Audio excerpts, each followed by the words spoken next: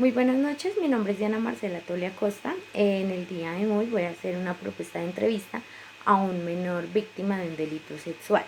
Esta propuesta se hace con base a un caso de un delito de acceso carnal violento abusivo con menor de 14 años agravado. Esto le ocurrió a una niña de 6 años residente de un municipio de Ciénaga Magdalena. Allí inicialmente hubo una intervención por parte de dos psicólogas, una representando al ICBF y la otra representando al CTI. Allí ya hicieron pues las correspondientes aplicaciones de pruebas y la entrevista pertinente.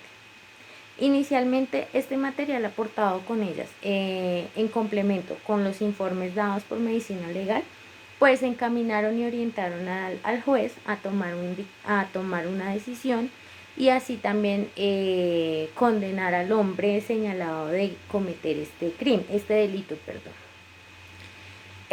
Más adelante esta decisión se apela por parte del representante del acusado, toda vez que pues entró a hacer nuevamente revisión de estos elementos. Allí se demostró o pues se dio a conocer que estos elementos, los elementos aportados por las psicólogas, no tenían la validez suficiente y no se podían considerar como pruebas de referencia, toda vez que pues sus aportes, sus indagaciones se dirigieron más como al momento de los hechos, a conocer estos detalles y pues hubo como un estancamiento en esta parte y no se comprobó y no se hicieron pues los ajustes ni la indagación pertinente para conocer la veracidad, la fiabilidad del testimonio que dio la menor. Fue así que pues el proceso tomó otro rumbo y se convirtió en un proceso de casación y pues ya allí consecuentemente ocurrieron pues muchos más sucesos y se tomó un tiempo mucho mayor. Con base a este suceso principal, que fue el de las entrevistas y todo lo aplicado a la menor, es que yo realizo la siguiente propuesta de entrevista. Esta propuesta la hago con base al modelo Nietzsche, que es un modelo que se caracteriza por la narrativa libre del menor. Allí es donde el niño puede expresar libremente lo ocurrido en el momento de los hechos y allí se pueden tener muy en cuenta, se pueden dar a conocer hechos, sucesos relevantes para conocer más acerca del suceso. Esto que le permite, esto tiene unas ventajas para el entrevistador, como por ejemplo que puede hacer preguntas aclaratorias, entonces digamos que si hay un punto o algo que quiera conocer más en específico, lo puede preguntar de una forma muy sutil y el menor pues no se va a ver tan incómodo ni se va a sentir pues de pronto, ni va a perder el hilo de lo que nos viene relatando. Esta prueba tiene mucha validez científica, puesto que ya se han hecho diversas investigaciones y pues ha sido algo de campo de tipo más práctico porque se han hecho muchas aplicaciones con ella y pues se han demostrado resultados satisfactorios. Esta prueba, este protocolo se caracteriza por unas fases. Inicialmente conocemos que es la fase introductoria, donde pues con el menor se hace la presentación, se describe quién es el entrevistador, se pone pues un rol donde también sea una forma pues muy amable, siempre teniendo en cuenta no manejar terminologías tan precisas o de pronto tan técnicas, toda vez que de pronto el niño no puede darle una interpretación o no puede entender y eso también puede afectar su proceso de narración. Entonces allí seguidamente se establece el rapport. Entonces, ¿qué preguntas o cómo podríamos hacer para entablar ese rapport?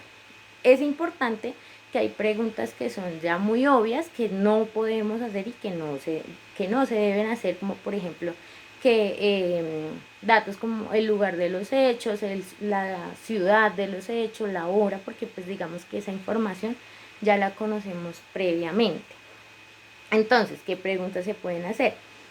Aparte de hacer el rapport, entonces digamos que ¿cuál es otro ejercicio principal de esta prueba? Que el niño haga otra narración de un hecho, bien sea bueno o malo, previamente a la narración del hecho objeto de la entrevista. Entonces, con eso también se puede ir midiendo la capacidad que tiene el niño para hacer este tipo de narrativas. Entonces, inicialmente también se le debe hacer una prueba de y pues como generar el compromiso de decir la verdad ante lo que va a narrar. Para hacer una prueba de esto se pueden hacer preguntas sencillas donde se ponga a prueba el concepto que el niño tiene de verdad o de mentira. Un ejemplo, un objeto que haya en la sala, se le puede preguntar por el color, se le puede dar un color contrario al que realmente tiene el objeto y allí ya también, por ejemplo, se puede hacer una muestra de si el niño dice la verdad o dice la mentira y también cuando la desconoce, como por ejemplo, algo que el entrevistador pueda preguntar de sí mismo, como por ejemplo si conoce el nombre de su mascota o si conoce más datos relevantes de su casa, un ejemplo. Entonces pues allí el niño pues lo adecuado es que diga que no lo sabe. Entonces esos son como preguntas de prueba para también conocer qué conceptualización tiene el menor de esto.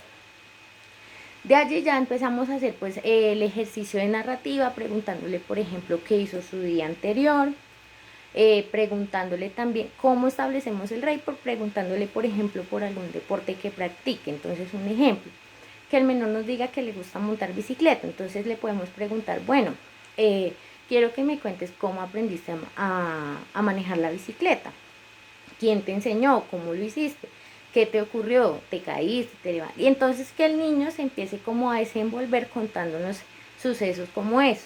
Seguidamente pues también le podemos preguntar si nos quiere contar algo bueno o algo negativo de alguna experiencia propia.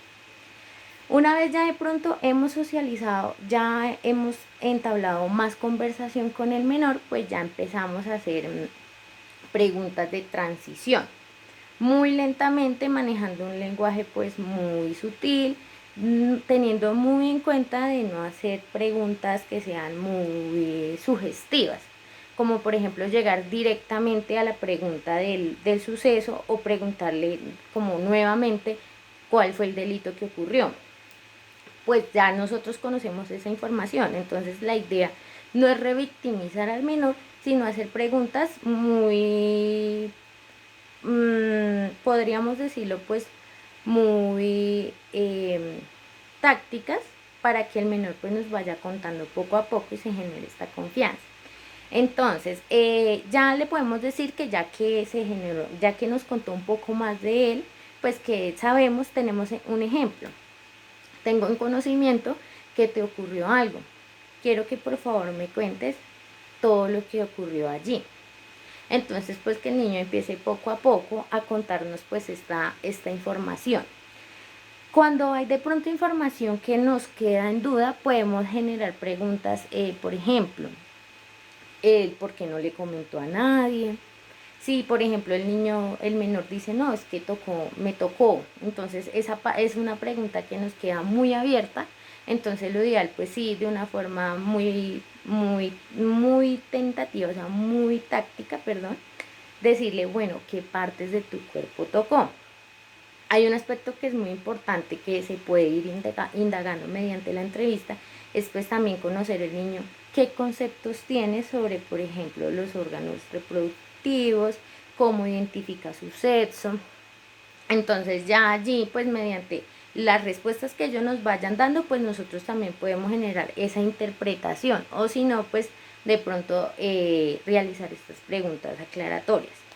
Entonces, otro tipo de preguntas que se pueden hacer, ¿dónde conoció esa persona? ¿Hace cuánto la conoció? Por ejemplo, otras personas que de pronto la víctima se haya dado cuenta que estuvieran de pronto en el lugar o que hayan visto al victimario tiempo previo, como en el caso de la niña, ya que este hombre pues solía estar muy cerca a ella en los espacios a la salida de su colegio y pues como en este contexto educativo, en sus jornadas de estudio. Entonces, se le pueden hacer preguntas, por ejemplo, de cuántas veces ocurrió lo que nos acabó de contar, ya digamos como ya llevando el curso de la entrevista. Sin embargo, cuando se hacen estas preguntas introductorias hay que tener muy en cuenta de que pues si el niño dice que no sabe o que no se recuerda, pues no se debe generar presión para que pues él nos narre esa información, ya que pues empezaríamos como a generarle ahí generarle como esa presión, generarle esa intranquilidad, por decirlo de esa manera. Una vez ya tenemos como la información medianamente estructurada, ya tenemos pues, y vemos que ya el menor ya demostró informar todo lo que sabía, entonces allí se empiezan a hacer la transición pues a un cierre. ¿Cómo se hace el cierre? Entonces, digamos, hay que de cierto modo atribuirle o darle el agradecimiento por su apoyo. De una forma no muy pronunciada, porque pues la idea no es generar, incentivar o generarle un reforzador a lo ocurrido. Entonces, por ejemplo, como decirle que pues la información que nos brindó fue muy importante y que muchísimas gracias por la colaboración.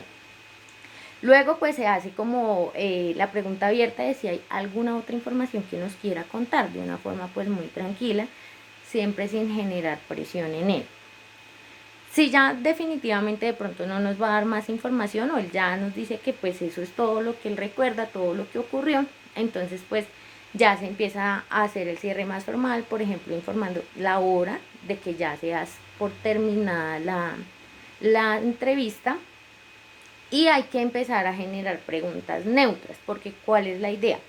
Que como el niño hizo esta regresión y se encuentra nuevamente como en esta inmersión de emociones y de recuerdos de este hecho traumático, pues la idea es que también generar nuevamente una emoción neutra y que el menor no vaya a salir pues nuevamente consternado o pues alterado debido a la entrevista.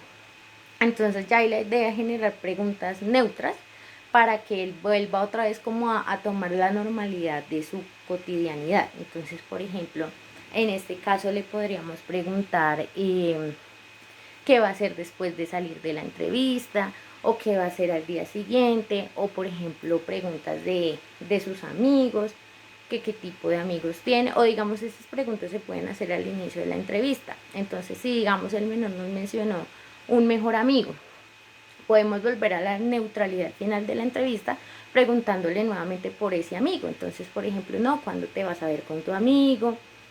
¿Hace cuánto que no se ven? O de pronto, ¿qué otras actividades realizan juntos? Y si se puede dar otro ejercicio de narrativa, pues no hay ningún problema que lo haga. Con eso pues también genera otro tipo de recuerdos más agradables y que de todas formas pues pueda salir estable de la entrevista con su estado anímico normal. Entonces digamos que este tipo de preguntas, este proceso se va desarrollando mediante las etapas, como lo decía anteriormente, que son la introducción, el report, la entrevista de práctica, la transición a los temas precisos que queremos conocer, el recuerdo libre, que ya es pues en donde empezamos a indagar todo el tema que el objeto a conocer en la entrevista, el tema objeto, y pues empezar a generar este cierre. Sin embargo, pues también es importante generarle la confianza al menor y pues dejarle la oportunidad abierta de que también puede contar con el profesional y que no se vuelva un proceso netamente estructurado y mecánico, y que ante todo siempre tener la prioridad de no generar una revictimización en este niño, en este menor. Entonces siempre hay que estar con mucha cautela, generar preguntas pues muy neutrales, porque tampoco hay que inducir al menor a responsabilizar a una persona. Si ya hay un acusado, pues bueno, se recoge la información y pues se empieza como a revisar las posibles hipótesis. Pero nunca se debe inducir al menor a darme una respuesta que condene o que señale a alguien, sino pues libremente lo que ocurrió. Y pues ya seguidamente con la información, el profesional empieza a redactar la información y a estructurar su informe final. Eso es todo por el momento. Muchísimas gracias.